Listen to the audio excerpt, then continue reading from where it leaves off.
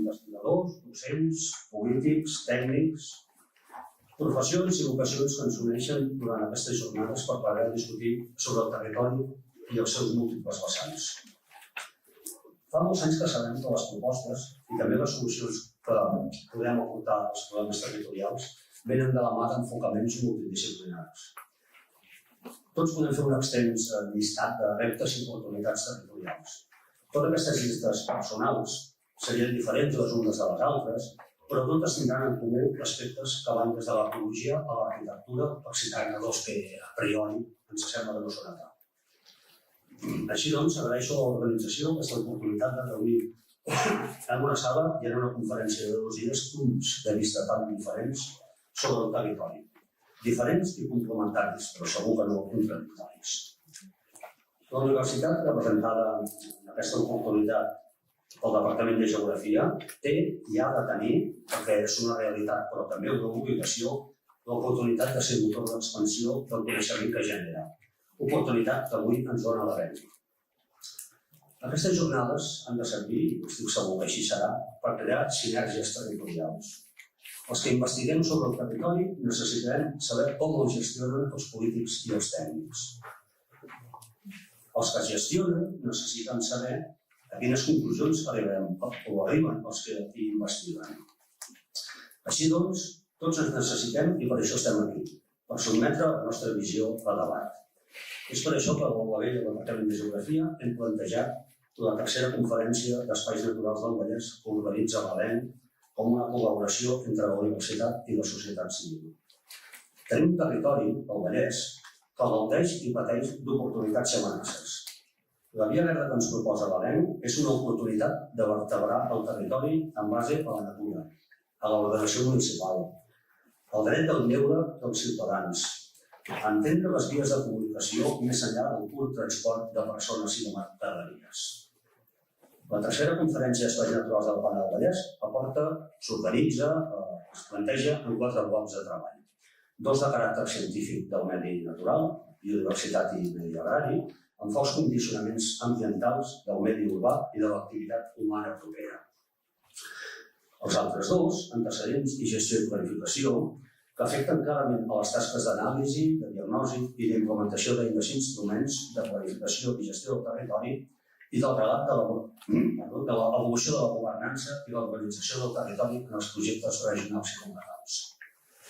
El Departament de Geografia també té la voluntat de col·laborar amb l'Associació de Municipis Via Verda Collserola Sant Llorenç, el que representa participar en un projecte amb 3 suports molt clars i necessaris: universitat, administració local i societat civil.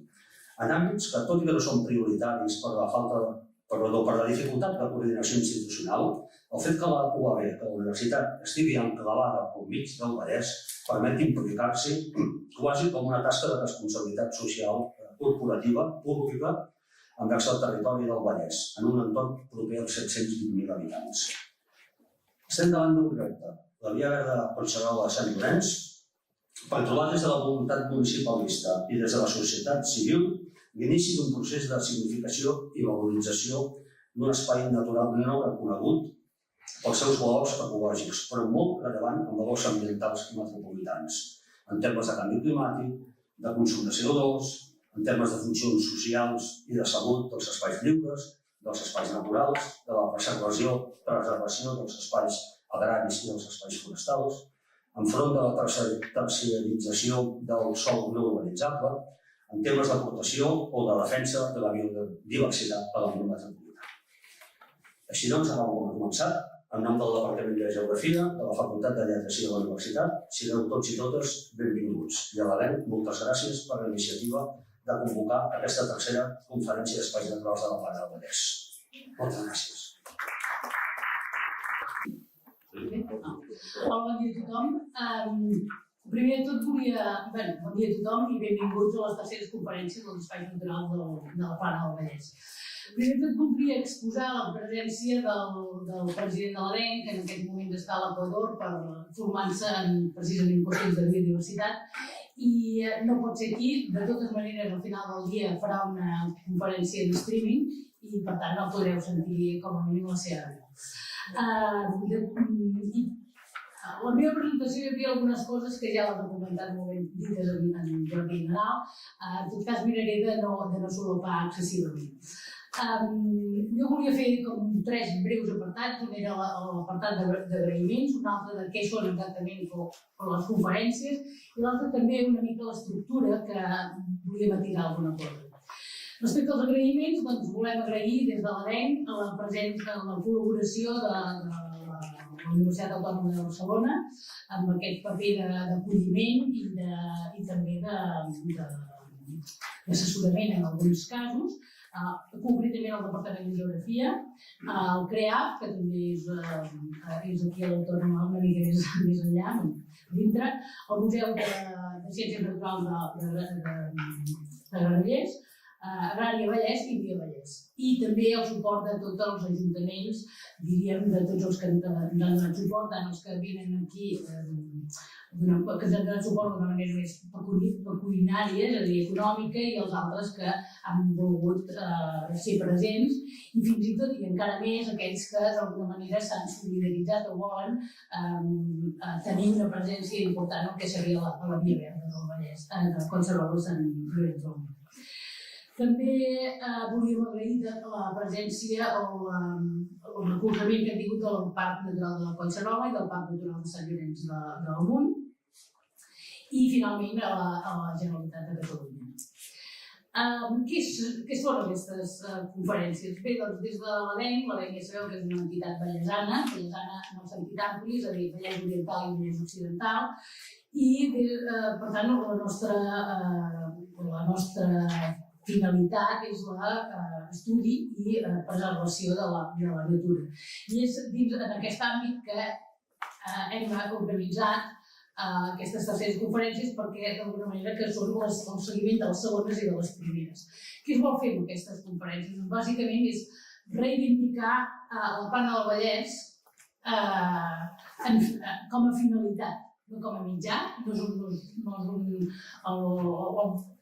pati del darrere de Barcelona, sinó que té una entitat pròpia, i aquesta entitat s'ha de preservar, tant pels valors que comentava el Jordi Nadal, de biodiversitat i mirada d'aquesta diversitat o aquesta presència natural, doncs de respectar-la amb els corredors ecològics, les vies verdes, i tenir present també que és una comarca molt poblada, comentava 720.000 habitants, no són pocs, per tant aquesta conjugació, aquest entramat entre el que és l'espai urbà i el natural, doncs s'ha de fer ben fet.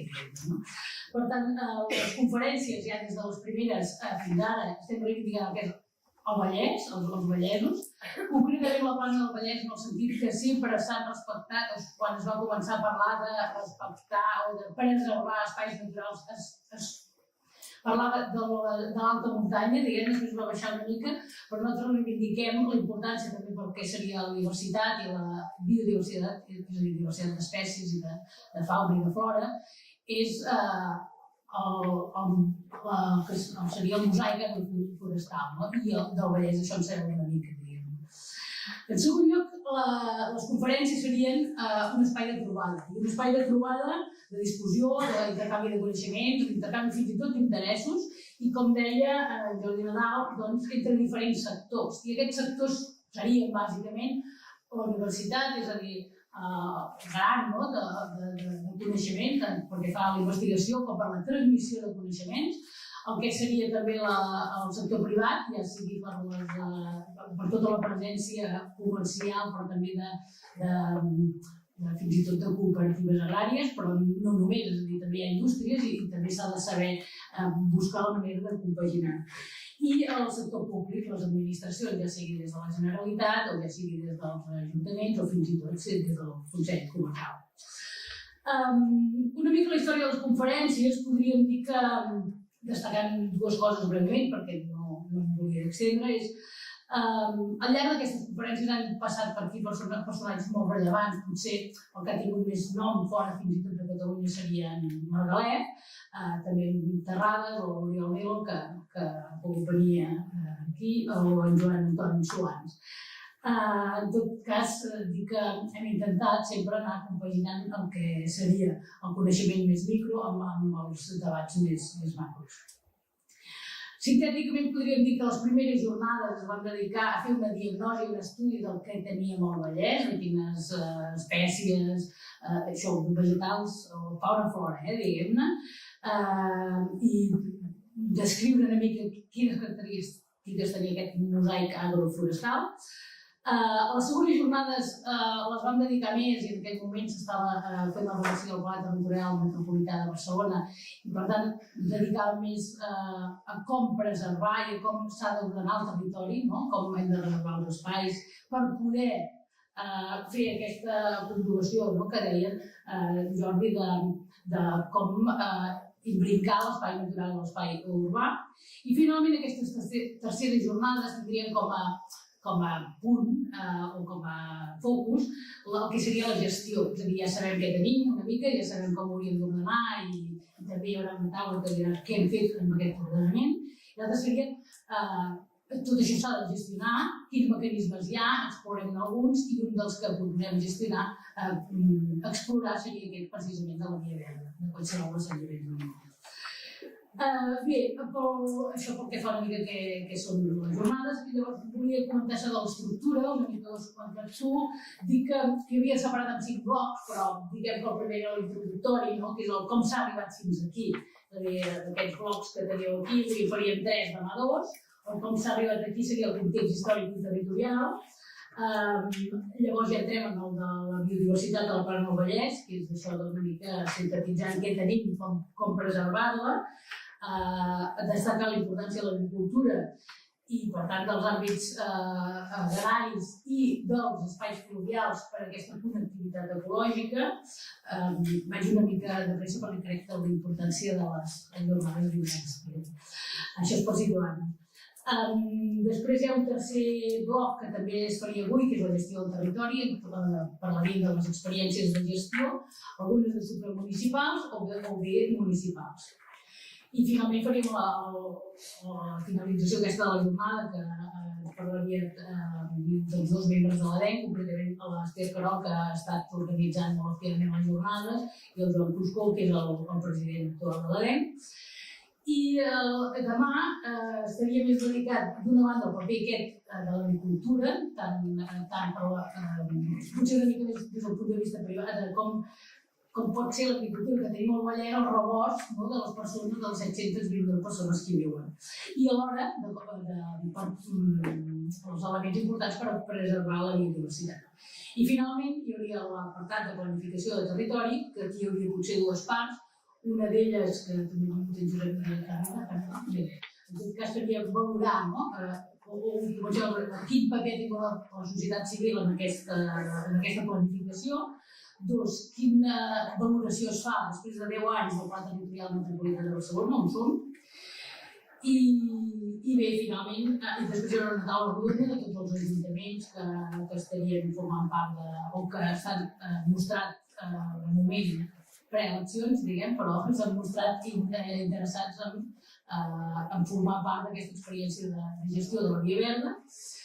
I ja per concloure, vindria la Marta Sobirà, la secretària del Medi Ambient de la Generalitat i Sostenibilitat de la Generalitat de Catalunya, el Carles Solà, que és alcalde de Cerdanyola, ja que l'Autònoma està ubicada en el municipi de Cerdanyola, Jordi Nadal, que és el coordinador del màster, i el Joan Carbonell, que és el degà de la Facultat de Filosofia.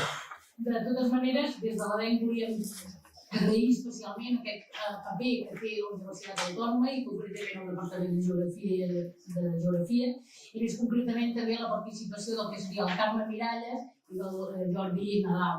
La Carme Miralles, per motius professionals, no ha pogut ser aquí i en representació seva fa doble el Jordi Nadal. Moltes gràcies a tots i espero que podem gaudir tots d'unes interessants i jornades.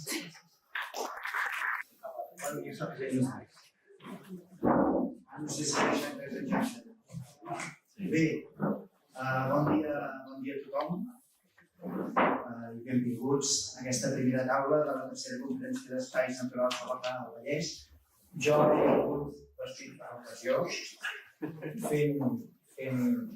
fent honor a la colla de Sabadell que aquest any commemora els 100 anys d'existència, aquella colla de pensadors i activistes que es van guanyar un lloc en el país des de Sabadell estant.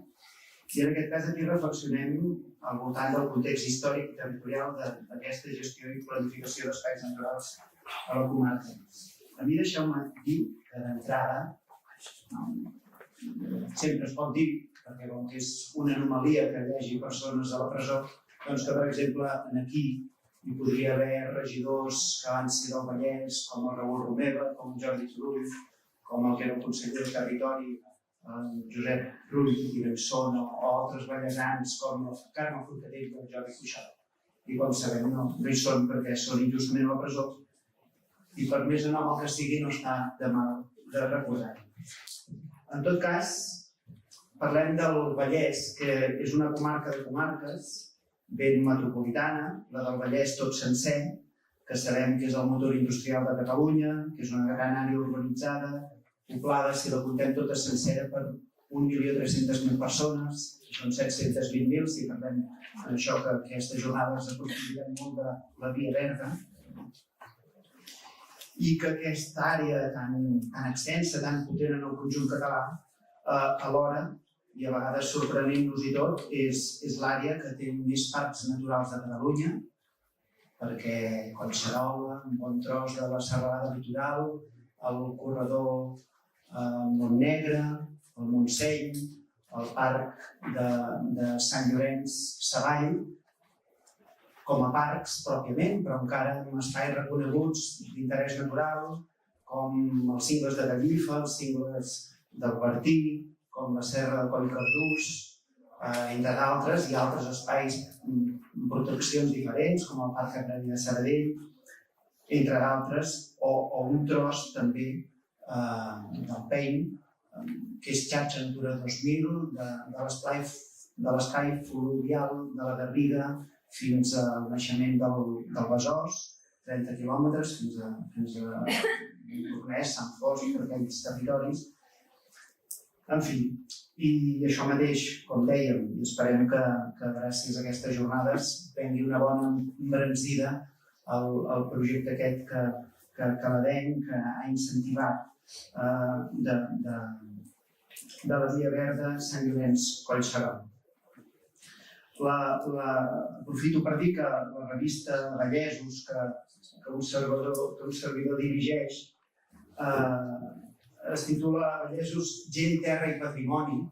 Som una publicació singular, que surt 2 cops a l'any i que té el seu fort en els temes de memòria popular i de patrimoni en el Vallès, i que precisament el patrimoni l'entenem en un sentit ben ampli, i no cal dir que els espais naturals i el paisatge en són una preocupació permanent, i en complicitat amb l'ADEN i amb aquestes jornades, el proper número, que sortirà el mes de juny, el dediquem precisament als espais naturals del Vallès. No és que hagi de reflectir aquestes jornades, que en una part també, però abundarem en explicar cadascun dels parcs naturals, tota la diversitat que tenim, una cosa que d'alguna manera ja hem anat fent en altres números. En tots els números hi ha poc o molt coses d'aquestes, però n'hem dedicat dossiers, carpetes senceres als rius, al retorn al riu, que n'hem dit, amb la recuperació de les aigües, hem dedicat a fer memòria i una mica aproximació de la terra de vinya que el Vallès va ser, que torna una mica a ser,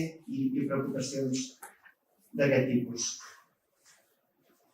I ara que encara parlem de Vallesos i que estem a la Facultat de Geografia i demanat per algú de l'organització, deixeu-me dir que quan nosaltres diem Vallesos no és que ens vulguem posar en cap embolic lingüístic ni cap cosa. Tenim clar que quan parlem del Vallès és el Vallès sencer, que és un, però que alhora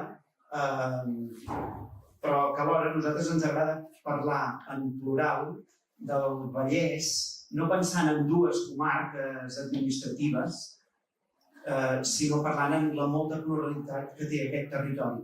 No només perquè les comarques com a tals no funcionen com una... L'oriental és així, l'occidental és així. Nosaltres, per la nostra experiència, i tots plegats sabeu que a vegades s'assemblen molt més als uns municipis del nord d'un tros com de l'altre, i que hi ha sensibilitats al Baix Montseny, al Vall del Tenes, al Baix Montseny, al Vallès Central, però en tot cas, una mica per això, i atès que quan nosaltres vam néixer la capçalera Vallès ja estava ocupada per una revista Fatxa de Granollers que ara ja ha desaparegut perquè l'havia creat el Movimiento, no podíem jugar amb això, però ens va agradar aquesta picada d'ull. Us dic amb confiança perquè a vegades ens han dit Vallesos, quin disbarat. Imagina que diguessin els empordans, els penedesos, a vegades ho diu, però podem parlar de Vallesos com un espai de pluralitats que va, això sí, parlant d'un Vallès, que és molt clar, que és aquell Vallès configurat per una plana vallesana, fitada per totes aquestes serralades que deien, i que crea unes... És el que diem moltes vegades, el Vallès no són ni Osona, ni l'Empordà, ni terres de grans patrimonis, ni de grans patrimonis, o de grans renoms patrimonials, però sí que els tenim. I nosaltres ens dediquem a això. Però a més, hi ha un factor que fixem-nos com arriba a determinar que, per exemple, dels 62 municipis que conformen el Vallès, sembla que són 17 o 18 que porten el qualificatiu del Vallès. Sant Cugat del Vallès, Sant Quirze del Vallès, Montornès del Vallès, les Fongueres del Vallès, Llinars del Vallès, que ja ens determina, d'alguna manera, que la potència que el nom continua tenint en aquest territori, que a vegades veiem desfigurat, tan present en la proximitat de la metròpoli barcelonina, però que està en franc debat i tot plegat. I bé, feta aquesta explicació que el Joan Carles Salles m'ha dit, diu això dels vallesos, que està dit, anem a donar pas amb ells. Sabem que temes que planen en això que parlem ara, del context històric i territorial dels espais naturals del Vallès, doncs, en els últims anys ens ha determinat molt tota la qüestió del quart cinturó i la seva afectació. Aquest any que s'ha celebrat 25 anys ja de més, anem pel 26è, de l'existència de la campanya contra el quart cinturó, o que tots els debats territorials estan molt presents en tota l'ordenació del pla territorial de Barcelona, del pla del Vallès, i en aquest debat present que s'acaba de posar sobre la taula amb força, impulsat per entitats com Via Vallès, també, amb la complicitat d'ajuntaments com el de Sabadell, de repensar la comarca, com s'ha d'estructurar de forma més eficient, amb la proposta que coneixeu de l'àrea Vallès. Estem en aquest context quan anem a enfocar una taula com la d'avui de context històric i territorial. I dit això, ja vaig a passar la paraula als meus companys de taula, esperant que vingui el Joan del Pino. Ara que...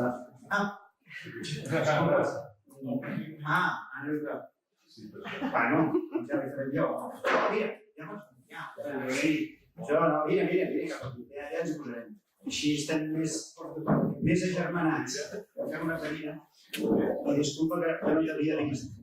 Però ara ells que no passi mai de 20 i això ens permetrà que després, si sorgeixen preguntes del públic, es puguin fer. Doncs dit tot això, i sense més preàmbuls, passo la paraula a en Josep Germain, que ell ens parlarà especialment d'antecedents de la Via Verda, oi? I tu mateix, tu volies parlar... Sí, jo, si us sembla bé i em sentiu, parlaré així sense micro, perquè m'agrada més estar dret que assegut, perquè tampoc el que de dir no està en set. Em sentiu o no? Sí, perfecte. Doncs, a veure, la meva primera intervenció, evidentment, no diré res de nou, perquè no pot ser dir res de nou, sinó que el que es tracta és de fer un breu repàs del que ha passat. Josep, disculpa una cosa. Diuen que estaven gravant? Sí, s'ha sempre vist. Vull dir, doncs així has de fer una manera professional. Sí, però podem dir molt present perquè si no quedarà molt fluix. Bé, sent la veu de... si no protestes, encara que... Sí, doncs, per tant, serà així molt introductori. I posats a fer aquesta presentació del que ha passat, jo crec que hem de començar amb un cert exercici de modèstia, no? Perquè moltes de les coses que diem i que ens sembla que són fantàstics dient tot això, evidentment sempre estem copiant, més bé, encara que no ho sapiguem, de coses que ja eren bastant antigues. En 1951, a Terrassa, es deia hem de crear el anillo rural, en plena època franquista. Per tant, el tema aquest de les anelles verdes, rurals i tot això doncs és una cosa que ja ens ve bastant de lluny. El 76 ja es deia que cal salvar el Vallès o allò que li resta, sobretot salvar l'espai agrícola, etc. Per tant, tampoc no som molt innovadors en aquest cas. Malaurat Àngela Guissó, que va morir bastant una estona, també ja parlava del manteniment de agrícola i també insistia ja en el tema dels parcs rurals. És a dir, per tant, no només és preservar així preventivament, sinó que ha d'haver-hi aquesta gestió a darrere de la preservació. Des de Sabadell també fa molts anys que es preocupen doncs, pel seu entorn, pel seu rural, als anys 80 doncs, també ja en parlàvem. Per tant, diguem-ne, si en un moment determinat es fa la proposta de via verda és perquè es veu de tots aquests antecedents i potser si té dues aportacions una mica originals és primer que es canvia l'escala, se surt de l'àmbit aquest més estrictament local, es busca una escala que sigui aplicable en molts altres àmbits i després sobretot perquè aplica una de les novetats que en aquella època, als anys 90, es movien tant a nivell ecològic però també a nivell tecnològic i social. A nivell ecològic els temes de connectivitat començaven a arrelar en aquesta data, però internet, telefonia mòbil, és a dir, tots els temes de connectivitat en aquella època era la data. I per tant, aquí es feia aquesta proposta d'introduir la connectivitat també en l'àmbit territorial. La proposta aquesta de via verda doncs, també jugava amb tot el tema aquest d'escales i per tant també podia tornar a baixar a l'àmbit local, ja es feia coses a l'àmbit de Cerdanyola, de Sant Cugat, de Sant Quirze del Vallès, per tant a l'àmbit local també tenia la seva traducció, però també tenia la seva traducció a l'àmbit doncs, ja més comarcal i la proposta inicial de via verda doncs, es va poder replicar a tot l'àmbit del Vallès, per tant, que més o menys la idea podia servir. L'aspecte aquest més també de connectivitat doncs, també es veu amb una altra proposta que va sortir en el seu moment, que la del Parc Agrícola del Vallès, que també recull totes aquestes vies, però a més les integra en tota aquesta més, diguem, manella forestal que envolta la plana del Vallès. Per tant, doncs, veiem com aquesta proposta, que ve d'on venia, doncs, s'ha anat modificant i s'ha anat adaptant als diferents àmbits. Aquesta proposta ha estat recollida des de molts sectors diferents i aquesta és l'altra qüestió que jo crec que també és interessant. No només és una proposta dels ecologistes, dels ecòlegs o dels urbanistes. En aquest cas, doncs, l'Escola d'Arquitectura del Vallès va ser un moment que va fer els seus màsters i es van fer moltes coses. Agradarà més o agradarà menys el que van arribar a escriure o el que van arribar a dir. Però es treballava el tema. Xarxa Custòdia del Territori, la llavors Fundació Territori i Paisatge, també van dir això, les vies verdes està bé. I també van fer els seus textos explicant què era una via verda, com funcionaven. Per tant, veiem que des de molts àmbits es van anar recollint. Els municipis de la zona, tots de seguida es van enganxar en el tema i podríem posar aquí cartells de setmanes de medi ambient que gairebé de tots els municipis i tots en parlaven, tots feien les seves jornades i explicaven com anaven les coses, estem parlant en aquest cas del 97, i més o menys. Aquí on estem, a l'Autònoma, no és la primera vegada que parlem del mateix. Com a mínim, un servidor hi ha estat 3 vegades parlant del mateix tema. Per tant, això també és una qüestió a reflexionar-hi i a tenir-ho en compte. Fins i tot en determinats àmbits, això, més que res, hi ha triat imatges diferents de diferents àmbits. Una de reivindicativa de la via, que només surt via, verda no hi havia prou gent que per fer la oferta, però bé, fins i tot de la Societat Catalana d'Educació Ambiental. Vol dir que, per tant, ja veieu que en diferents àmbits, i fins i tot aquest, que no és necessàriament vallesà, doncs també es van interessar en aquesta proposta perquè també és una proposta que incloïa tots aquests aspectes més educatius, ambientals, etc. quan s'elaborava la proposta de Via Verda, s'estava redactant una versió primera, diguem-ne, del Pla Territorial Metropolità de Barcelona, i quan se li va explicar al director del pla la proposta de Via Verda, va trigar poc a omplir els planos de fletxetes. Aquesta, ja seria això, més o menys, aquesta d'aquí, però va posar moltes més, i fins a cert punt va inaugurar una moda, perquè ara tots els planos tenen fletxes, encara que a vegades no sabem ben bé què volen dir aquestes fletxes. Això també és un altre problema. De totes... No és un altre problema, però bé. Veieu aquesta fletxa d'aquí, que la posen, surten els planos, i llavors el director del pla li preguntava si això com ho pensa concretar. Una cosa són els planos i l'altra és la realitat, això no tindrà cap concreció de cap mena. Ja està, punt. I es quedava la cosa aquí. Bé, suposo que per això i per altres motius aquest pla se'n va anar en l'aire i no va continuar. Els municipis també es van posar amb la qüestió i des de diferents ajuntaments es van fer alguna cosa, a l'àmbit del Consell Comarcal es va signar una espècie d'acord o d'adhesió a la Via Verda, es va parlar d'un consorci per protegir la Via Verda i més o menys aquí es va acabar el tema. La Via Verda paral·lela, la que aniria, diguem-ne, de Caldes a Montcada, es va fer un treball de reconeixement del que podria ser aquesta Via Verda, uns estatuts de consorci, es van reunir els alcaldes i els ajuntaments i al final per signar-ho, però el bolígraf no tenia tinta i no es va signar. I això ja estaven tots reunits allà. Bé, i al Vallès, tot l'entorn d'aquest forestal, una altra proposta que en aquells anys corria i que era de les potents i de les importants, era la famosa Via Verda, que és tot això d'aquí, que en el seu moment es va pintar també la Via Verda a Sant Llorenç Collserola. Suposo que alguna trucada telefònica va aconsellar que no era convenient que sortís això, i va sortir. Es pintava aquesta altra Via Verda, que em sembla que més tard també va sortir, i bé, al final, posats a treure-ho, traiem tot, i ens hem quedat sense Via Verda, i ja està. Reenvies blaves.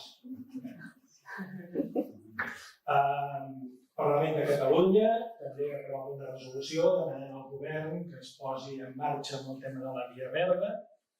Es pinten ja mapes, s'elaboren mapes, però aquí es queda, no passa res dels mapes. Pla Territorial Metropolità de Barcelona, com que d'això ja se'n parlarà en un parell d'ocasions, surt el dibuixet i aquí continuarem més endavant. Puntualment, mirem algun municipi. Sabadell. Canviem la seva escala, no? Sabadell va aprovar el seu planejament urbanístic abans de la proposta de la Via Verda. I per tant, nosaltres ja hem fet la nostra feina. La veritat és que es van implicar ben poc en el tema i van anar fent la seva en el seu àmbit. No fos cas. Quan es feia la proposta de Via Verda, això és Sabadell urbà, o l'àmbit de Via Verda, quan s'elaborava la proposta s'ha de fer així, s'ha desenvolupat el planejament urbanístic, més o menys, avui és així. En un cert sector del municipi, per diferents motius, també es va entendre que no hi havia prou amb una protecció urbanística preventiva i s'hi ha afegit una mica de gestió. I per tant, de Sabadell, en un sector de Sabadell, no tot l'àmbit agrari de Sabadell, però en un sector doncs hi ha un parc agrari. Terrassa. Sempre tenim la bola, ja ben posadeta, totes les fotos. El planejament urbanístic el van aprovar en posterioritat a l'aparició de la proposta de Via Verda. I si algú es mira la memòria informativa del planejament, de connectivitat se'n parla, però a tort i a dret, que ja està bé. Terrassa, quan es feia la proposta de Via Verda, i Terrassa Terrassa, doncs, avui. Tenim fantàstic camp de golf, des de la Via Verda, camp de golf, que és aquest d'aquí, i que en el seu moment doncs, també va comportar una certa oposició de diferents entitats, però que no se'n van sortir. I el camp de golf doncs, està allà, el tenim aquí al mig.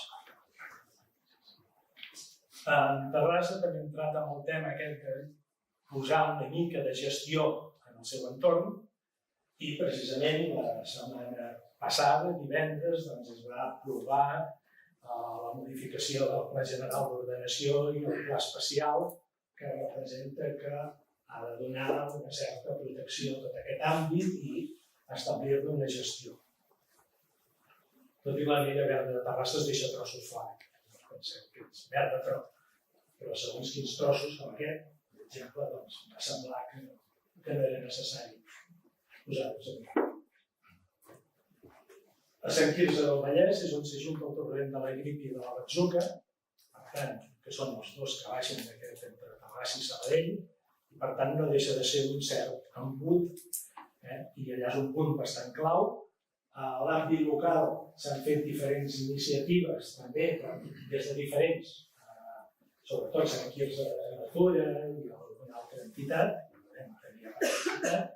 en protegir precisament aquesta zona de confluència que seria aquesta d'aquí, d'aquests torrents. S'ha fet alguna cosa, tot i que des de l'àmbit municipal no s'ha dit que no, però tampoc no s'ha dit mai ben bé que sí. Es deixa fer, però no es fa sentir. Sant Quirze del Vallès també va aprovar el seu planejament en posterioritat a l'aparició de la Via Verda. El seu planejament gairebé és una apologia de la Via Verda, és fantàstic, però la memòria informatiu. La Via Verda aquí té un cert estrenyiment i no van tenir cap dubte en fer-hi això del mig. Algun regidor, fins i tot en alguna reunió com aquesta, va dir que ho lamentava, que s'havien equivocat, etc. Això és l'imatge actual, més o menys les previsions tenen que fos això, és a dir, cases amb cura de l'entorn, és l'entorn que ho sí. I actualment s'està fent la revisió del planejament, si no m'equivoco, i aquesta zona, que algú havia fins i tot reconegut que s'havia equivocat, doncs em sembla que la revisió del planejament el que preveu és acabar d'omplir a banda i banda dels vials que ara no hi ha més. Per tant, la tendència és una mica més del que es havia fet. Ara canviem una mica i en lloc de municipis podem parlar d'infraestructures. Les infraestructures, la majoria de les que tenim, sempre travessen, en part particular, el que seria la Via Verda. I tenim ja tot un clàssic, que és el quart cinturó, que encara s'ha de dir molt més i encara ha de ser més clàssic del que ha estat fins ara. Perquè, com a mínim, amb aquest tram encara no existeix. Existeix només amb el tram fins a Terrassa, que ja és això. Volia parlar del tema de les infraestructures, sobretot per això, per l'aspecte aquest perpendicular que tenen a l'àmbit del Vallès, perquè normalment han sigut bastant autistes les infraestructures en relació amb l'entorn en el que se situen. I no és només perquè digues que aquests del quart cinturó ho faran malament. Anem a la C58, aquesta que es fa cua per venir aquí. Ara estan fent ampliació. Si es fa ampliació, és un bon moment per plantejar-se la permeabilització d'aquesta infraestructura. Els únics passos que hi ha tota la Via Verda són aquests torrents que he comentat, de la Grípia i el de la Batzuca. S'ha interrompit la permeabilització d'aquesta infraestructura. L'amplien, la fan més ampla, i si algú la vol travessar, com a mínim en el cas de la Grípia, el que té és la sortida del túnel una mica més lluny de la que va tenir fa uns quants anys enrere. Per tant, no hi ha un cert interès en permeabilitzar infraestructures, i cosa que es podria fer. I res, i mirant ja així d'acabar, tenim un altre cas, coses diferents també, com Sant Cugat, que és una mica com el mite de Penèlope, no? que la volien casar amb un dels seus pretendents i ella deia que es casaria quan acabés un teixit. De dia teixia i de nit desteixia. Bé, doncs Sant Cugat ve ser una mica així, però s'ha fet de l'altra manera. Es protegeix, s'ha de protegir. Després es diu, ara és part natural. Es ve al Tribunal Suprem i diu, doncs ara ja no ho és. Es fent i desfent. Modificacions del Pla General Metropolità, doncs, sembla que en portem més d'una, no? I, bé, mal. De totes maneres, això que quedi clar, Penélope no es va casar amb els seus pretendents. El fet d'allargar-ho li va servir per sortir-se'n bé i va arribar al seu marit legítim, Ulisses, i va dir, s'ha acabat, i va liquidar els pretendents. És que l'explico aquesta història. Aquí, com a mínim, a Sant Cugat, si més no, el que hem aconseguit és que ens urbanitza. Potser no està protegit, però tampoc no està urbanitzat. I és molt. A veure si rigorístic. I bé, finalment, doncs, també només volia comentar alguna cosa de Cerdanyola, que tenim fet aquesta zona, que és l'àmbit del Pla Director Urbanístic del Centre Direccional, que més o menys caurà aquí. No, més no, aquí. Cau aquí, i no... També és un tema que se'n parlarà més endavant, doncs ja en parlarem. L'únic que volia remarcar és que el Pla Director Urbanístic pren les decisions que pren i ens agradaran més o ens agradaran menys, estarem més bé o estarem més malament, però paral·lelament a aquest pla també s'està redactant el Pla de Protecció de Collserola, que és un pla que té també l'equivalent a Pla Director Urbanístic. Normalment, en diferents àmbits, i em sembla que si no m'equivoco, la llei estatal de biodiversitat diu que el planejament dels espais naturals va per sobre del planejament urbanístic.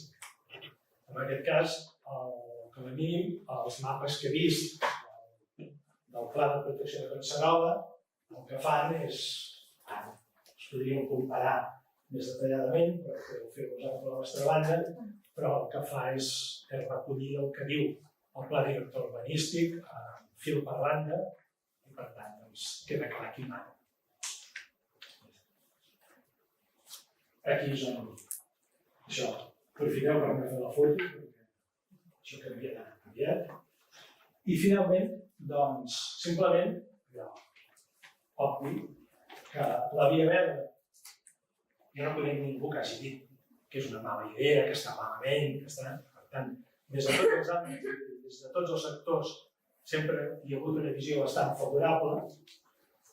Hi ha hagut sempre aquesta reivindicació social de la Via Verda, i si no, un dels temes d'aquestes jornades és precisament aquest, 20 i pico d'anys després, 23 anys després de la presentació de la proposta, vol dir que de viva encara ho està.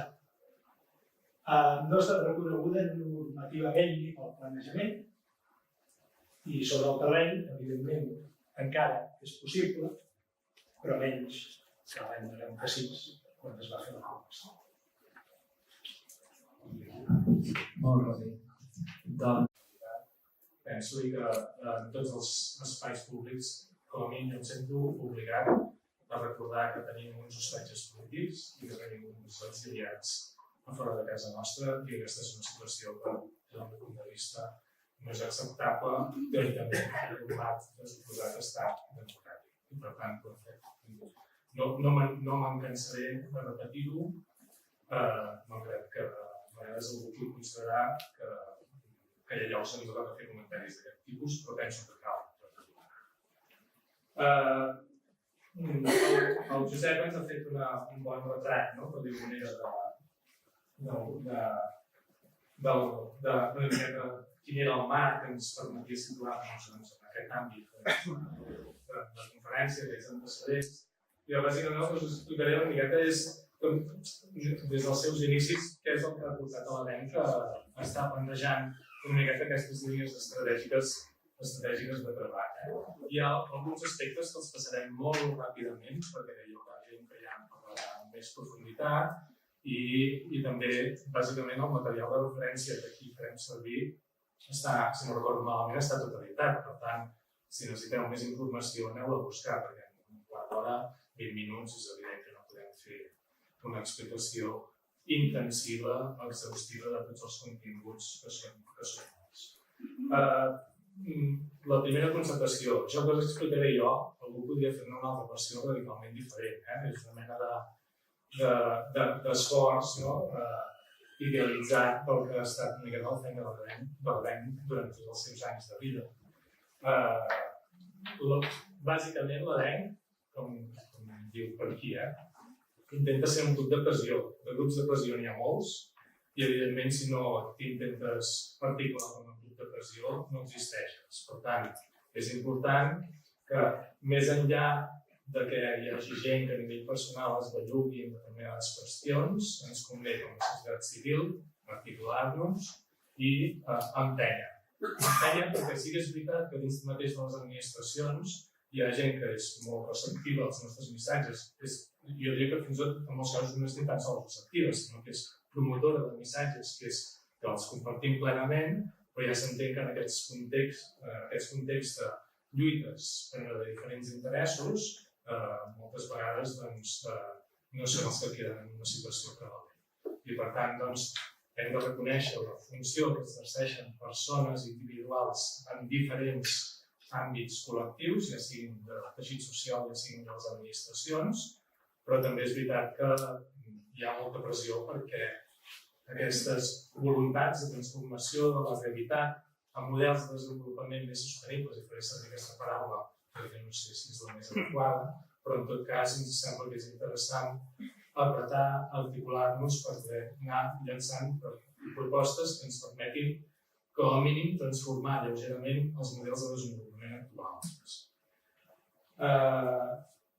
La història de l'ENC està plena de persones, però entre tots, per dir-ho manera, venen visquent moltes experiències. La situació de l'ENC des dels seus inicis bàsicament ha estat plantejant, com explicava abans una miqueta la Marta, com tenim el nostre entorn, què és el que volem preservar i de quina manera podem articular un cert discurs amb una certa vis cientifista, tot i que som societat civil i per tant es costa que se'ns reconegui aquesta funció científica, però com a mínim d'articulació, una certa articulació social d'una posició ecologista. I llavors, és evident que quan surt l'ENC el 82, amb gent molt jove, bàsicament el que em trobo és que hi ha 50.000 tomàquets per tot arreu, als quals els hi has de fer front i que costa molt. I davant una miqueta de la situació o de la constatació que al davant tenim una administració, diferents nivells d'administració amb els quals cal interlocutar. Normalment la interlocució de l'ENC sempre s'ha produït amb les administracions, no tant amb els altres grups de pressió que ja fan també el seu feina. Ens trobem que hi ha diferents amenaces a l'àmbit de Collserola, de Sant Llorenç del Munt, o el de Tarragona, que abans ha sortit, o altres golfs que als anys 90, per exemple, estaven creixent per tot Catalunya, també en el Vallès, les diferents modificacions, revisions del planejament municipal, amb diferents intervencions en tot el territori, la planificació territorial, o en aquests moments en aquells moments una certa manca de planificació territorial, com des de la nostra perspectiva, la planificació sectorial, que sí que en alguns casos estava superdesenvolupada i amb uns impactes molt severs sobre el nostre territori, en concret, per exemple, també la planificació infraestructural. Bàsicament, són aquests escenaris els que ens portaven contínuament a reclamar escenaris de major planificació, de major coordinació pel que fa a una planificació també que dèiem en aquells moments integrada. Des d'aquesta perspectiva, i també pensant en aspectes que comentava el Josep, l'any 94, des de l'ENC, es va promoure la redacció d'un estudi de connectivitat, que no sé si és gaire fàcil trobar-lo, jo diria que és una miqueta complicat, ara mateix, però que en tot cas va servir una miqueta de marc per definir una miqueta per quines línies es podien plantejar les primeres conferències dels espais naturals de la Plana del Vallès. En aquells moments, bàsicament, també com explicava la Marta, s'encaraven a definir una miqueta aquests models de planificació i alguns valors que tenien els àmbits concrets de la Plana del Vallès, que era on hi havia les majors pressions de transformació en aquells anys, i per tant plantejar un escenari d'una certa reflexió acadèmica per intentar avançar.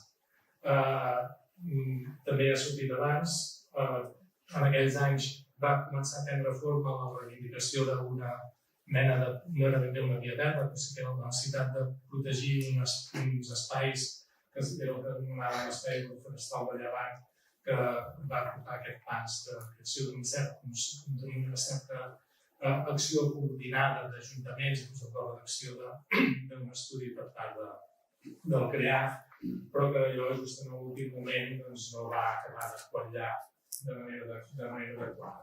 És en aquest context que més o menys també des de l'ABENC i vist que també en el marc de la primera conferència dels espais naturals de la Plana del Vallès també es va intentar coordinar algunes entitats que en aquests moments, entitats, plataformes que estaven treballant en àmbits específics sobre el territori i hi havia un cert desconeixement de les problemàtiques que tenia cadascun al seu territori, però també de l'experiència que ja les diferents entitats anaven acumulant i que podia ser extrapolable en altres àmbits de lluita, per alguna manera, va portar a una certa articulació d'un moviment que més o menys es va anomenar el Salvem el Vallès, que precisament intentava reunir aquestes entitats petites o grups de veïns que estaven treballant en àmbits específics repartits arreu del Vallès en defensa del territori.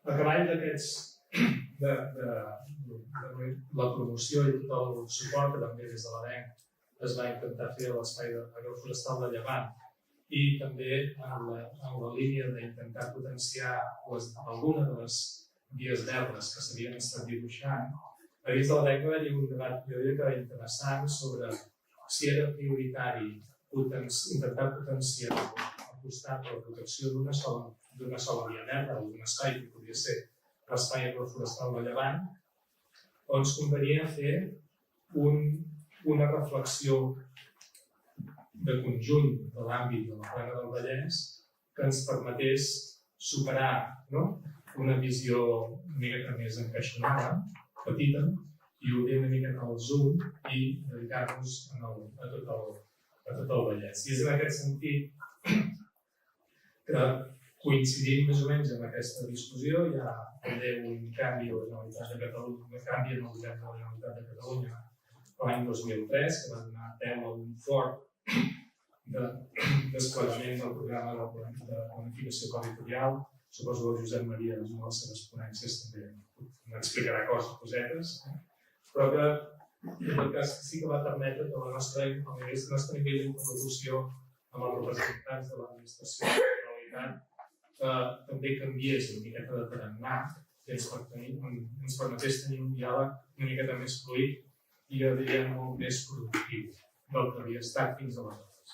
Fins aleshores podríem dir que ens trobàvem en una situació una miqueta de fred, de frontó. Aquí a Catalunya el frontó havia estat un esport històricament molt destacat, molt popular. S'havia perdut, però la nostra relació amb les administracions mantenia precisament aquest caràcter de frontó de l'administració de les tradicions que arribaven des de les entitats. És en aquest context, més o menys, també que coincideix el manifest d'Olot, que és un manifest, els que no ho conegueu, que planteja qüestions bàsiques, de dir, tenim molta planificació, però hem de començar a concretar sobre el territori, els elements de connectivitat són elements bàsics en el que ha de ser la planificació, i això en l'àmbit del Vallès es concreta en la definició de 7 vies verdes, el manifest de Sant Celoni, abans també ha sortit una imatge, però que encaixava perfectament una miqueta en aquella línia que estàvem defensant, o estàvem intentant promoure des de la línia. I precisament, fins al 24 de novembre del 2004, a Granollers, presentem la proposta del Parc Agrícola del Vallès, sobretot alguns més o menys ja la coneixereu, no ho expliqui massa, és bàsicament l'intent de plantejar un instrument de gestió específic per l'àmbit de la Plana del Vallès. Nosaltres ens hem atrevit fins a fer una certa caracterització dels espais amb diferents àmbits d'interès, d'alguna manera, de caràcter paisatgístic, agrari, forestal, fluvial, però que sobretot definia tres grans objectius, tres grans línies estratègiques per treballar. Una era adoptar amb plenitud i amb plena responsabilitat per part d'aquest òrgan de gestió que hauria d'existir per part de les administracions públiques, consorciat amb agents privats, d'adoptar una línia estratègica era potenciar l'activitat agrícola com una eina de gestió del territori que ens hauria de permetre mantenir aquests valors naturals que tenim en l'àmbit intern de la Plana del Vallès. Una altra era potenciar aquests valors naturals i definir línies de treball clares per potenciar la biodiversitat. I un tercer que era intentar gestionar tot el que són els usos públics d'aquest espai. Com abans dèiem, l'àmbit del Vallès té gairebé 1 milió d'habitants i requereix ordenar la pressió que tots aquests habitants generen sobre aquest espai. En el seu moment ens han quedat 17 ajuntaments que van donar suport a la proposta del PAC i això ens va servir per poder introduir en aquest marc de redacció del Pla Territorial Parcial de la Regió Metropolitana de Barcelona, de començar a introduir alguns elements. En aquest, veig que hi ha una cosa que s'ha desconfigurat. Entre el 2005 i el 2007, més o menys, vam estar redactant i després aprofitant processos per divulgar més enllà de la proposta del PAC o incloure la proposta del PAC dins d'un pla, el que vam anomenar un pla d'acció per la conservació de la biodiversitat i connectivitat de la Plana del Vallès, que intentava fer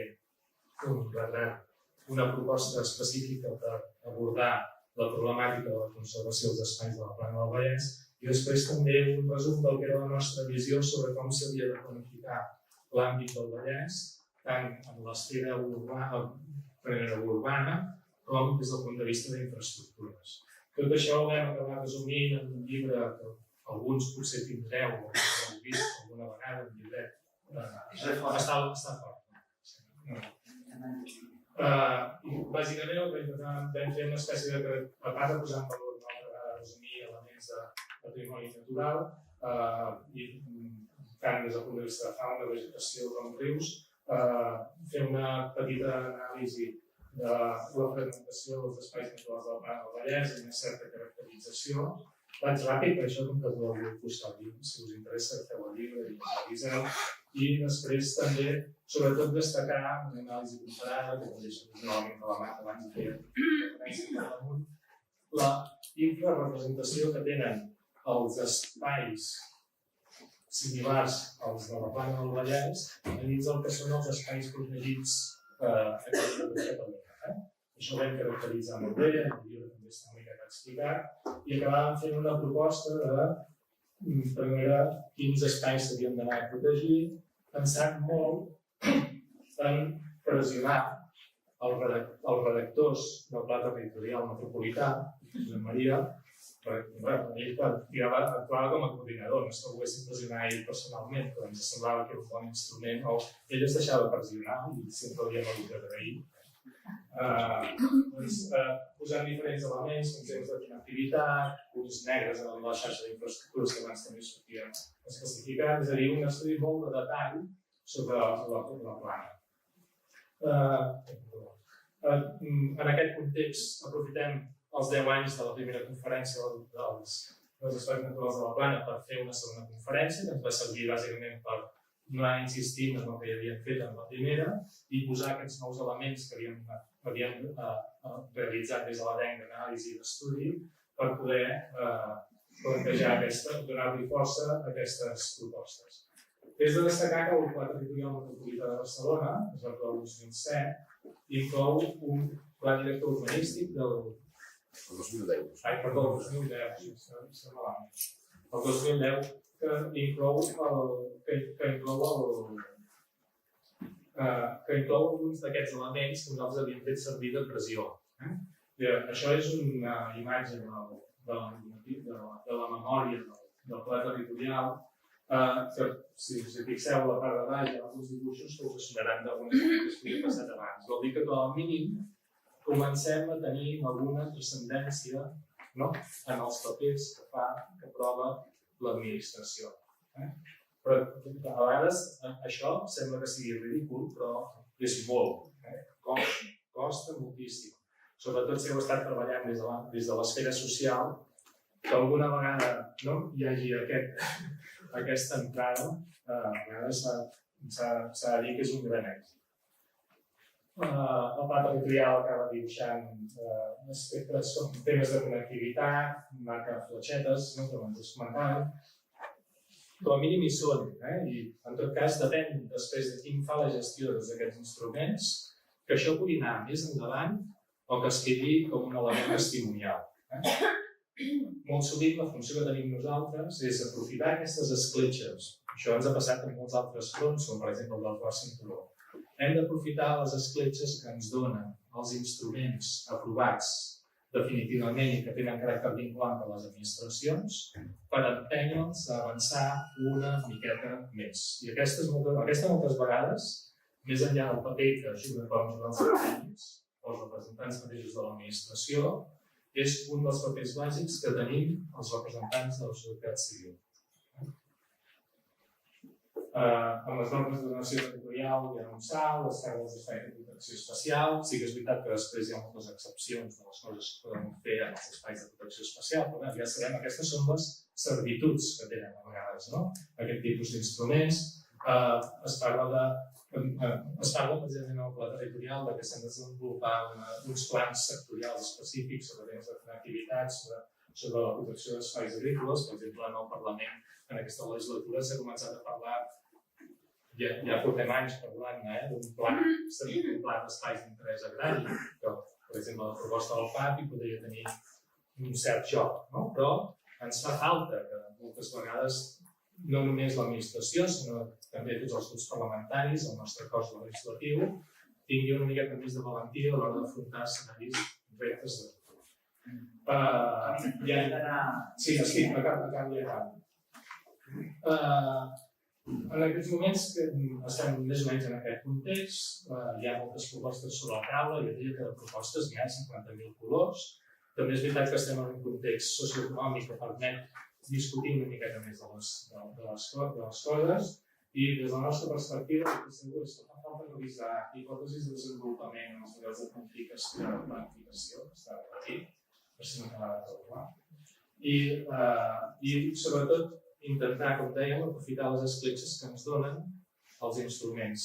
El mateix pla territorial té un pla director urbanístic que predefineix la redacció d'un pla director urbanístic que podria donar un cert encaix a aquella proposta que nosaltres havíem fet del Pacte del Vallès per veure com avancem en la protecció i gestió dels espais de plana. Jo diria que és el gran repte que tenim en aquests moments. Si això tirés endavant, estaria bé que es pogués fer en uns nous models, això que sempre anomenem els nous models de governança. Per exemple, en aquests moments, des de ja fa 2 o 3 anys, s'està redactant un pla específic de mobilitat del Vallès, que també era una altra de les preocupacions que establia el pla territorial, i que ens hauria de permetre definir quin és el model infraestructural al qual podem apostant en l'àmbit del Vallès. És una proposta en la qual hem estat participant representants de les administracions, d'entitats econòmiques, d'entitats socials, d'entitats ecologistes, a part de tècnics, i que generava certes expectatives, com a mínim perquè és una nova manera de relacionar-se amb l'administració. La redacció, si es decidís tirar endavant amb la redacció del pla director urbanístic, jo diria que aquestes jornades han de servir, entre altres coses, per tornar a pressionar l'administració, com a mínim per mirar si podem tirar endavant aquest instrument, s'hauria de fer seguint una miqueta aquest model que s'ha iniciat amb el pla específic de mobilitat del Vallès, però tenint en compte no els encerts, que també, però sobretot els problemes que hi ha hagut a l'hora de tirar-lo endavant i que encara s'estan donant, que de fet el pla ara mateix està, com ell diu, dormint al son dels justos. Sí que és veritat que la situació actual a nivell de Catalunya i també a nivell polític no ajuda, però sí que és veritat que aquest és un dels dèficits que hauríem d'intentar esmenar. Al final, aquest contra aquesta visió així una miqueta idíl·lica que us estava explicant de com l'ADN s'ha estat plantejant tota aquesta acció està per escriure. L'ideal és que el poguéssim escriure entre tots, és a dir, l'ADN no ha de ser el protagonista ni molt menys, l'ADN ha de ser una part més d'aquest conjunt aliança de forces estratègica per poder tirar endavant. Vull dir que busquem socis, tothom que s'hi vulgui apuntar és benvingut a la colla. Gràcies.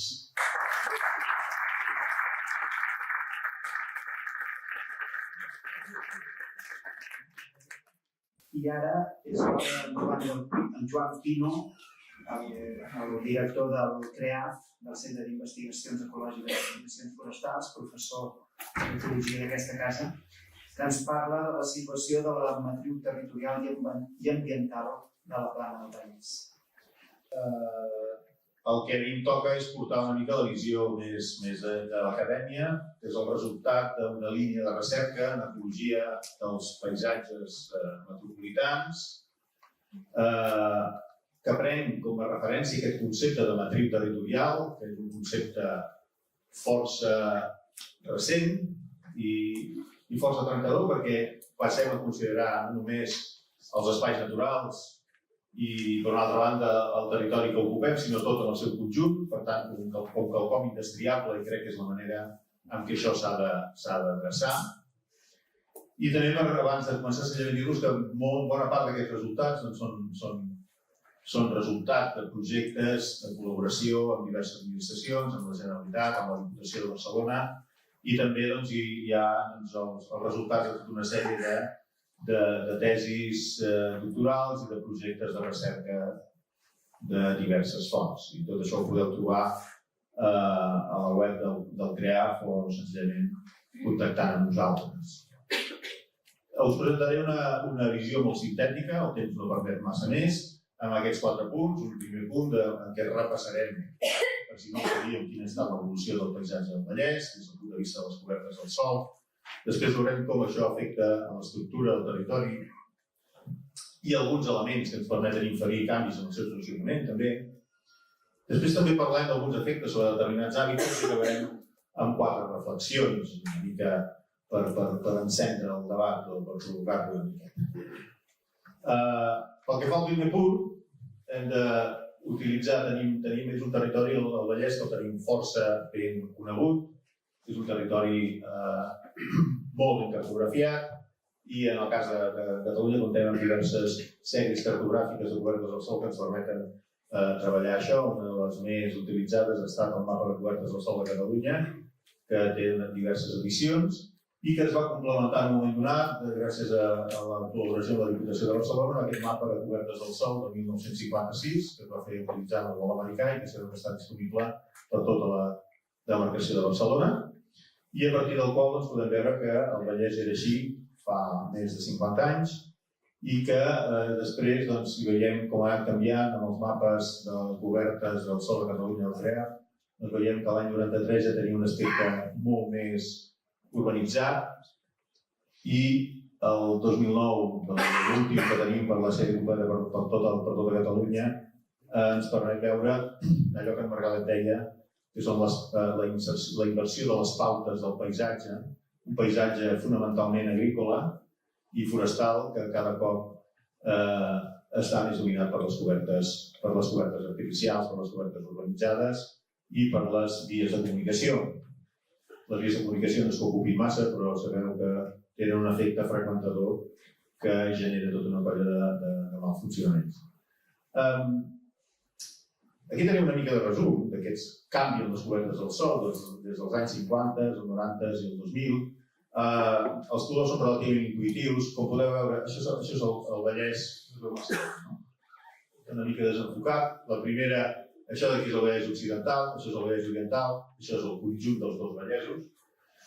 I el que és interessant de recalcar, els colors són, com us deia, relativament intuitius. En verd tenim els boscos, aquest marró serien els matollars, aquest groc serien els conreus, aquest negre seria l'urbà i la resta de cobertes agafen aquest gris. I el destacable és obvi que hi ha hagut un lleuger increment del bosc, el bosc ha incrementat una miqueta, ja veurem una mica més de detall després. Això són percentatges de les cobertes a cada comarca i al conjunt. I després, el que sí que és evident és el canvi, la inversió aquesta de les pautes del paisatge, en què tenim que passem d'un predomini dels conreus a un predomini de les àrees urbanitzades. Això ja ho sabem. Tot això té uns efectes en l'estructura, el paisatge, i ja, segons aquests postulats de l'ecologia del paisatge, podem inferir, a partir d'aquests canvis en l'estructura, canvis en el funcionament ecològic. No tenim massa dades al respecte. D'entrada podem fer senzillament una simple classificació dels canvis en les cobertes del sòl i constatar quines, en termes de pressions sobre la biodiversitat, i constatar la seva importància en el territori. Això que veieu aquí és una reclassificació del canvi en les cobertes del sòl des dels anys 50 fins al 2009 del conjunt del territori en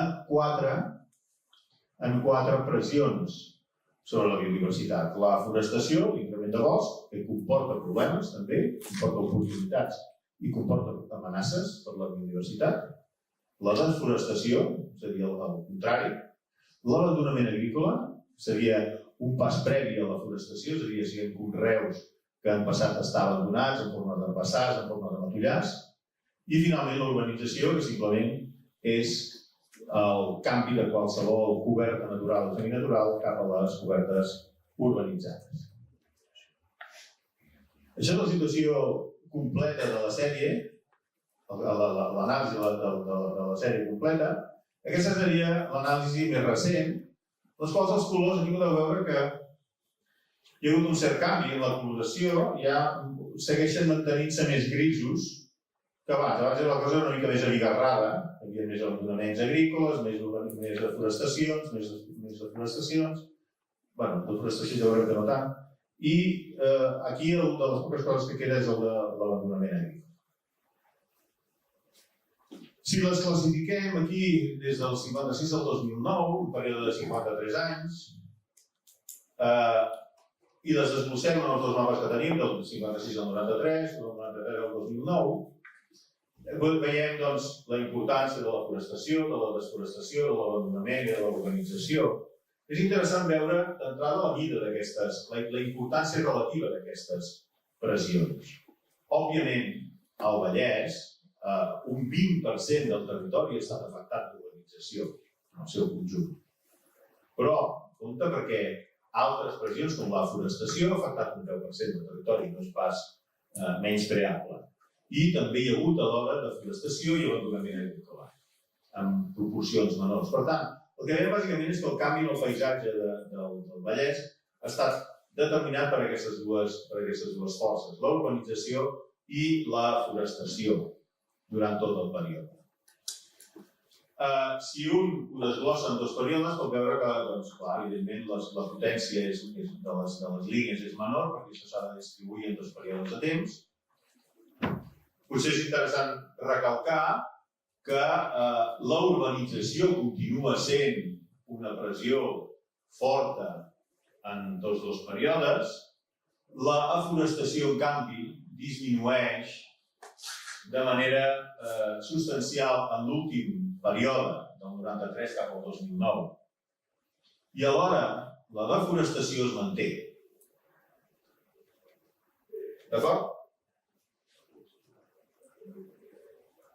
Això ens suggereix, les dades que tenim són relativament antigues, com us deia, el mapa és del 2009, l'últim mapa que tenim, fa 10 anys, però aquestes dades suggereixen un cert canvi de tendència en els canvis en el paisatge vallesà.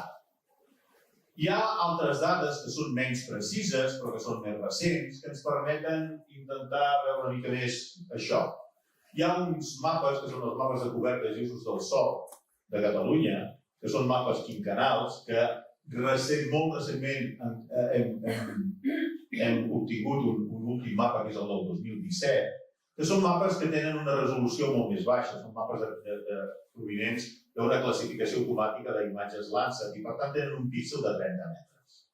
El que veieu aquí és una agregació d'aquests mapes amb píxels de 300 metres, és a dir, que cadascun d'aquests píxels que veieu en aquesta imatge en té 100 dels píxels originals. I això ens permet quantificar la quantitat de bosc que hi ha el 87 i el 2012 en termes de percentatge en cadascun d'aquests píxels de 300 metres. I ens permet veure les diferències. El que veieu aquí és la diferència en termes de percentatge del píxel de bosc entre el 87 i el 2012. El mapa és bastant revelador en quant a colors. Colors vermells indiquen reduccions del bosc, colors verds indiquen augment del bosc. I el groc estaria a mig camí, és a dir, seria una reducció lleugera. I el que es veu és que hi ha molts grocs i molts vermells en els últims temps, la qual cosa suggereix que el procés de afforestació que havia caracteritzat el canvi del paisatge dels últims anys, de les últimes dècades, del bosc progressava, sembla que està arribant a un sostre i fins i tot s'està revertint. I en algunes àrees, com és el cas del Vallès Occidental, on hi ha una evolució de plana més important, es detecten més pèrdues de bosc.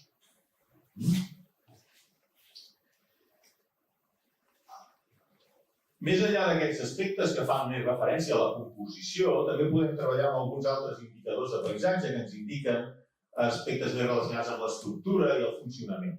Aquí tenim dos indicadors. Comencem per el de la dreta, que és el de la diversitat de cobertes, això és l'índex de Shannon, que és un índex típic utilitzat en ecologia, que mesura la diversitat en termes de nombre de cobertes diferents i freqüència relativa d'aquestes cobertes. Com més alta és la diversitat, més cobertes tenim i més equifreqüents són. I el que veiem és que aquesta diversitat ha augmentat substancialment. I ha augmentat substancialment perquè hi ha més cobertes, hi ha més usos diferents en el territori i aquests usos es reparteixen millor la superfície total. És a dir, que hem passat d'un paisatge més simple en què dominaven un parell de cobertes, el bosc i els conreus, cap a un paisatge més abigarrat, més divers, si voleu més fragmentat, tot i que el terme seria discutible si podíem parlar de fragmentació, el que podem parlar és que hi ha més usos diferents en el territori.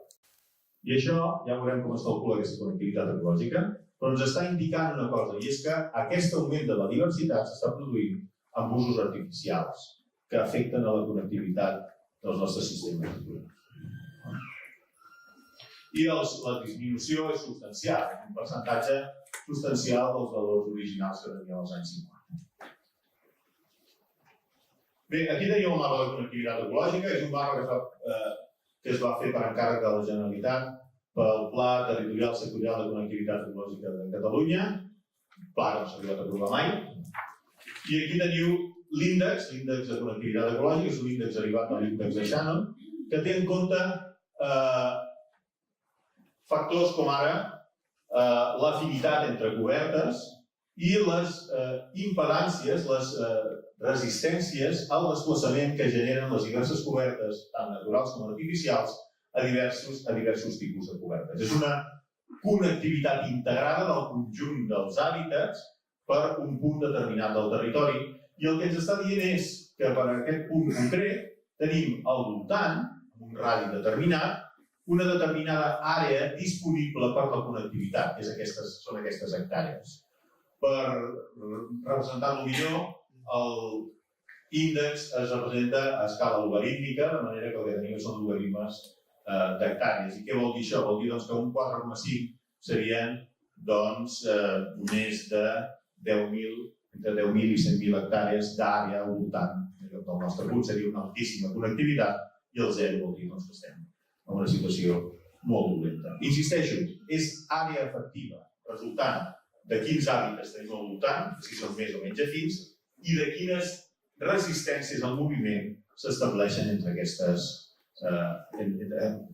determinen les diverses cobertes bàsiques. Aquí tenim la plana.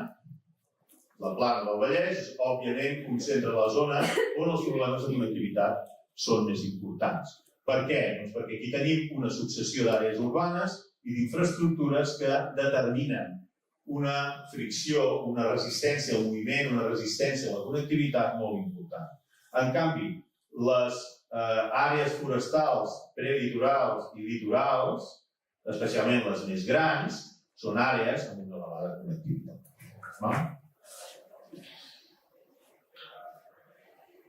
Això que tenim aquí és un mapa de canvis de connectivitat. Gràcies a tenir un mapa del 56 vam poder elaborar un mapa de canvis en la connectivitat ecològica que ens posa de manifest que aquesta situació,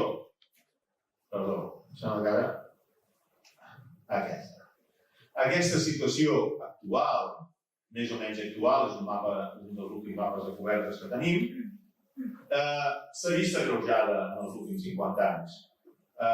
Si comparem els dos mapes, veiem que la connectivitat s'ha reduït, els valors d'aquests marrons que teniu aquí,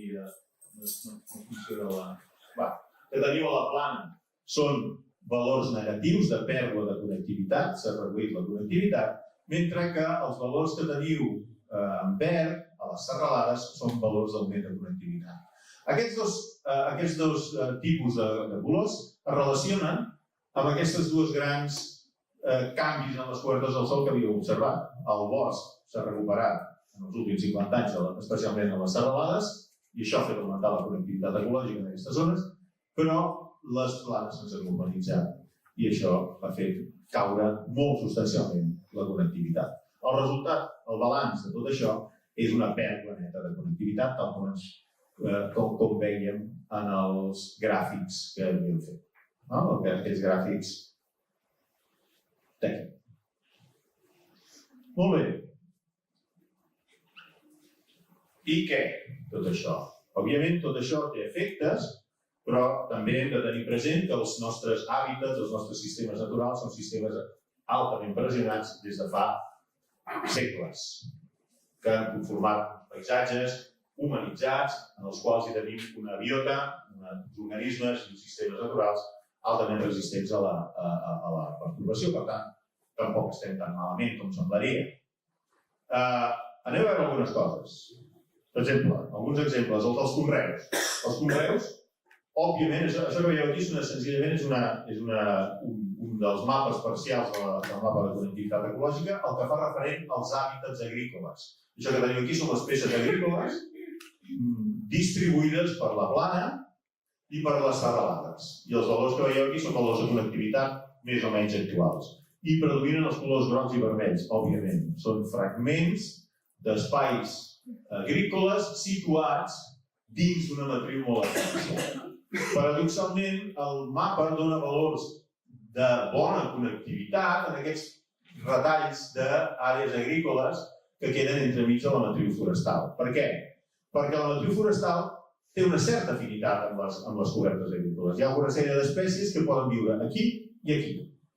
I encara que l'afinitat sigui petita o moderada, com aquí tenim molta àrea forestal, això dona molta connectivitat. És a dir, potser és un artefacte o potser és cert que aquestes àrees poden tenir, en determinades situacions, millor connectivitat que les que tenen aquestes que viuen en una matriu que estan en una matriu molt urbanitzada.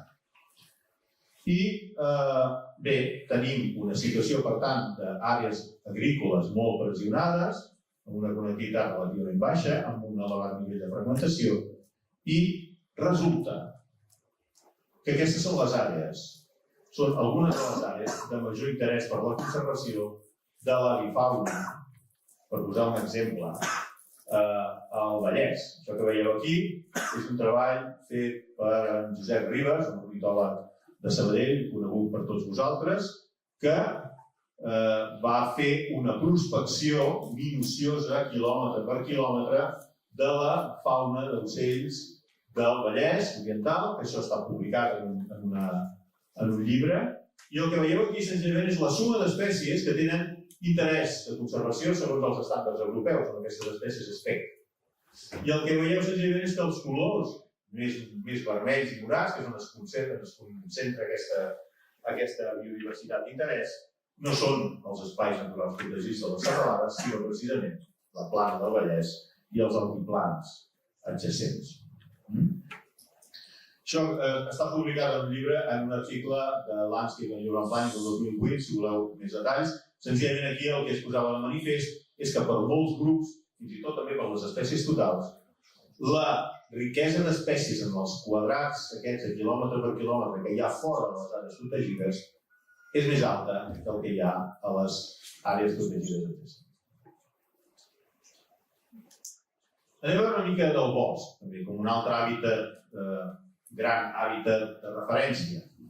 Al bosc del Vallès, d'entrada veiem dues coses, veurem dues coses. Per un costat parlem de connectivitat, però també podem parlar d'història recent. Això que tenim aquí és una comparativa dels boscos que existien abans dels anys 50 i que encara existeixen ara, que és el que diem bosc preexistent, i dels boscos que no existien als anys 50, sinó que han aparegut posteriorment, que diem bosc nou. Aquests dos boscos els identifiquem simplement combinant dues capes de cobertes, la de l'any 50 i la de l'actualitat. I aquest mapa que veieu aquí, aquests verds clars, serien el bosc nou, que són un 22%, 22,7% i un 18,1% del bosc total, respectivament, el Vallès Occidental i el Vallès Oriental. En el conjunt del Vallès, un 20% del bosc és bosc que té menys de 60 anys. És un bosc que va aparèixer amb posterioritat a 1956. Això és molt rellevant. Tenim molts boscos joves. A més, aquests boscos també tenen connectivitats ecològiques molt diferents, òbviament. El que tenim, les nostres serralades, les serralades litoral i prelitoral, majoritàriament les masses forestals estan molt ben connectades, es connecten amb la serralada transversal, amb el Pirineu i amb la resta d'Europa, és un continu forestal. I després tenim alguns sectors de la serralada litoral, com és el cas de Collserola, que treu un nas per aquí baix, que té la situació que té. I l'altre extrem tenim tots aquests boscos illa de la plana del Vallès i àrees adjacents que estan en una situació de connectivitat molt més precària. Tot això, aquesta combinació de masses forestals inestables, més que inestables, molt dinàmiques, amb alt dinamisme, i amb efectes i amb situacions de connectivitat molt diferents, en molts casos molt afectades per la presència de cobertes artificials al seu voltant, generen alguns efectes sobre la riquesa i la composició de plantes i d'altres organismes. Tenim un estudi recent, hi ha una tesi doctoral publicada, presentada l'any passat a la Universitat de Barcelona, que he posat UAB, i és a la UAB, perdó, en la qual es va fer un mostreig de parcel·les forestals distribuïdes en aquests boscos recents i aquests boscos preexistents i es van comparar. Per exemple, volíem saber, això és el total d'espècies, quantes espècies eren forestals, quantes espècies eren de matollars, quantes espècies són el que anomenem espècies sinantròpiques o antropòfiles, espècies ruderals, espècies cultivades, espècies invasores. Fixeu-vos que no hi ha masses canvis entre els dos tipus de bosc. En verd clar seguim tenint els boscos recents i en verd fosc tenim els preexistents. Fixeu-vos que els boscos recents sembla que tenen més espècies. Això seria el nombre mitjà d'espècies per parcel·la. I això és degut a que en molts d'aquests boscos recents acumulen espècies d'estadis successionals previs. Espècies de conreus, espècies de matollars, que aniran desapareixent amb el temps. El que és interessant és veure això d'aquí. Hi ha moltes espècies en els nostres boscos que no són de bosc. Fins i tot no són dels nostres sistemes naturals, sinó són espècies antropòfiles.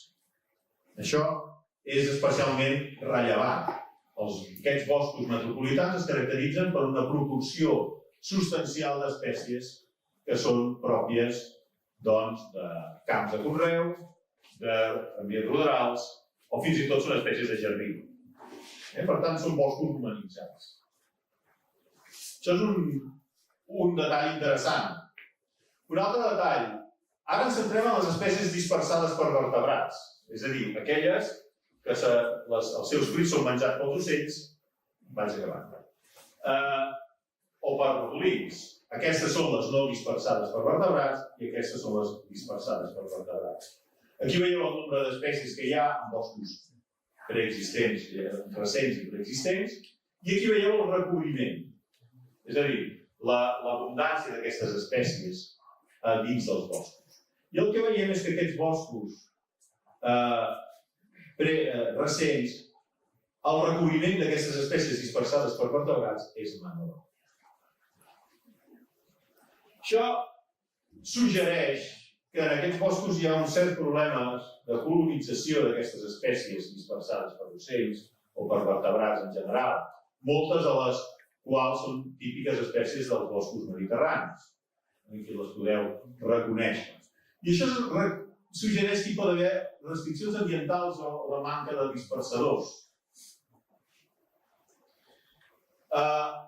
També s'han fet altres estudis de la presència i abundància de plantes exòtiques a la província de Barcelona, amb mostrejos per tota la província, en diversos tipus d'hàbitat, que posen de manifest, en el cas del bosc, que els boscos de la província de Barcelona, en general, doncs el nombre de parcel·les envaïdes no és massa alt, però fixeu-vos que els boscos metropolitans estan molt més envaïts que els del resta de la província de Barcelona. I aquí hi comencem a trobar tota una colla d'espècies dins els boscos que no són massa habituals. Per exemple, el fènix canariensis, la palmera de Canàries, per exemple, la trobana, per exemple, la maònia, o per exemple, aquesta palmera que és el Brachycanthus fortunus. Això són fotografies dels nostres espais naturals metropolitans. Acabo amb una sèrie de reflexions. La primera és que hi ha una sèrie d'evidències d'empobriment i banalització de la biodiversitat, amb escasses diferències entre hàbitats nous i consolidats. Aquests nous hàbitats i els hàbitats consolidats s'assemblen molt, i a més hi ha una barreja d'espècies en ells, d'hàbitats diversos, el qual ens està indicant una certa inestabilitat en tot plegat. També és interessant destacar que hi ha evidències d'homogenització biòtica, és a dir, que en aquests boscos hi ha hàbitats naturals i guanyen especialment espècies generalistes, moltes d'elles antropòfiles, i els especialistes dels hàbitats no són tan abundants. Finalment, també hi ha algunes evidències que ens indiquen que alguna cosa està passant en el funcionament ecològic d'aquests hàbitats. Per exemple, aquests problemes perquè arribin algunes de les espècies que necessiten ser dispersades per altres, o fins i tot l'establiment d'algunes d'aquestes. I jo em quedo aquí. Gràcies, un altre cop. I si necessiteu més informació, ja sabeu on som.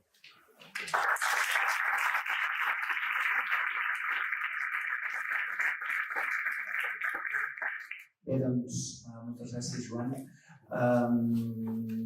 Hem superat una mica l'estona que teníem dedicada a aquesta taula i ens espera la pausa cafè, que per cert la producció que hi veureu és tota de la cooperativa ecològica Lagarenca i per tant valdrà molt la pena. Però si hi hagués encara alguna pregunta que es volgués fer molt breument i que poguéssim atendre breument, ho podríem destinar encara un minut.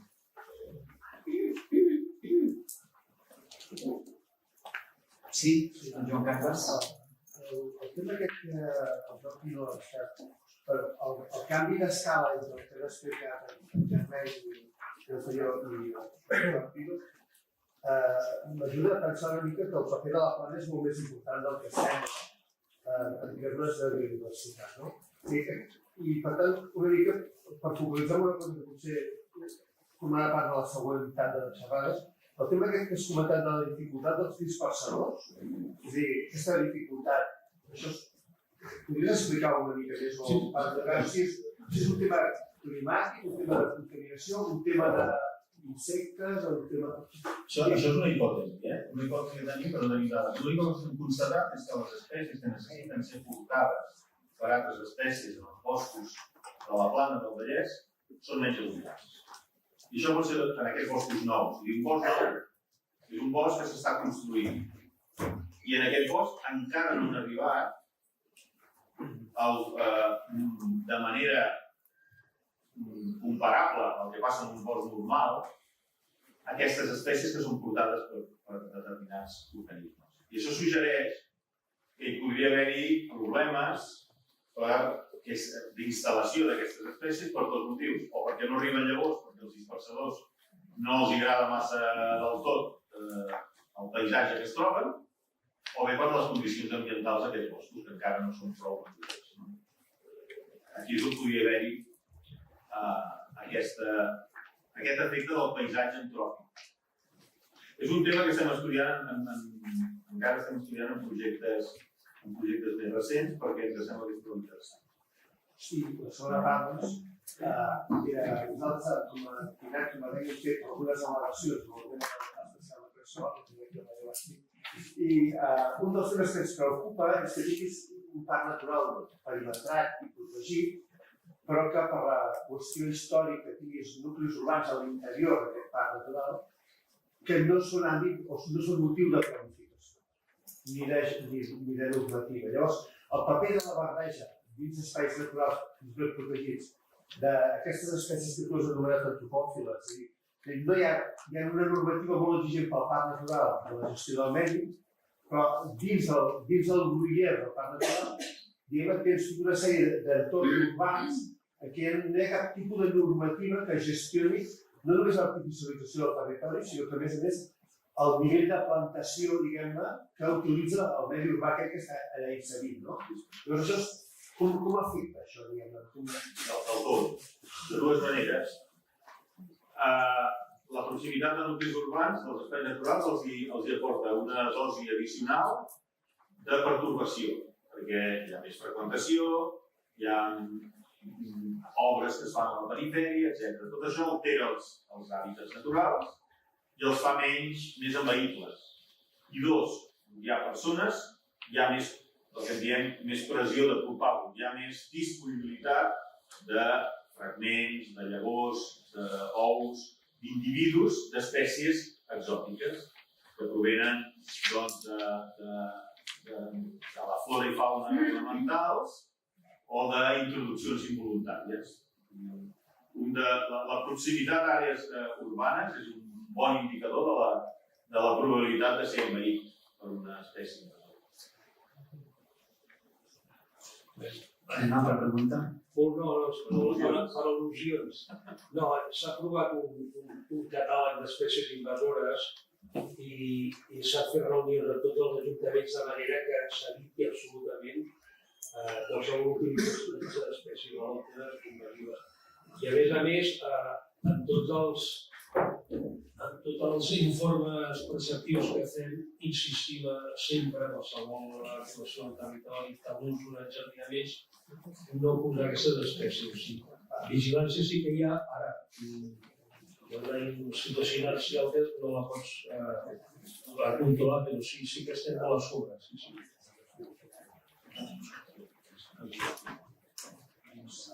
No, totalment d'acord, però només cal veure la situació de Collserola, al mig d'una regió metropolitana. Això la fa especialment vulnerable a la situació. Això d'aquí...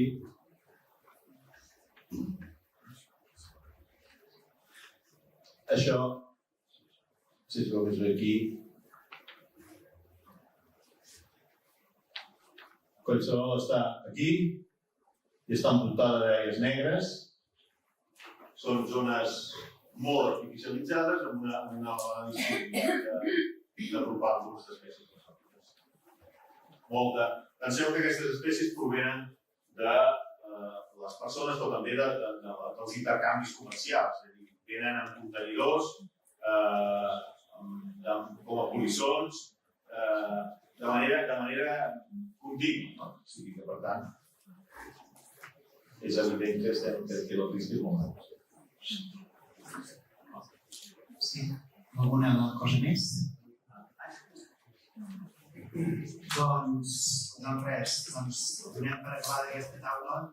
Moltes gràcies a en Josep Carmen, al Toni Prió i al Joan Pino per aquesta repassada tan complementària i tan instructiva que hem acabat amb aquests mapes tan clarificadors després de veure una altra evolució de Josep, que a vegades hem vist que s'han planificat proteccions que no han servit gaire de res, en altres espais que s'han desprotegit no s'hi ha fet res, coses paradoxals. El que ens feia veure que a vegades observacions de la lluita ecologista de l'ADN han acabat entrant en els seus mapes en plans, en documentació oficial, que refereix una mica els efectes d'aquest frontó en l'administració que han evolucionat. En fi, una bona panoràmica del moment que estem. Moltes gràcies a tots. Anem a fer la pausa que aquesta que se'ns promet tan deliciosa i seguim.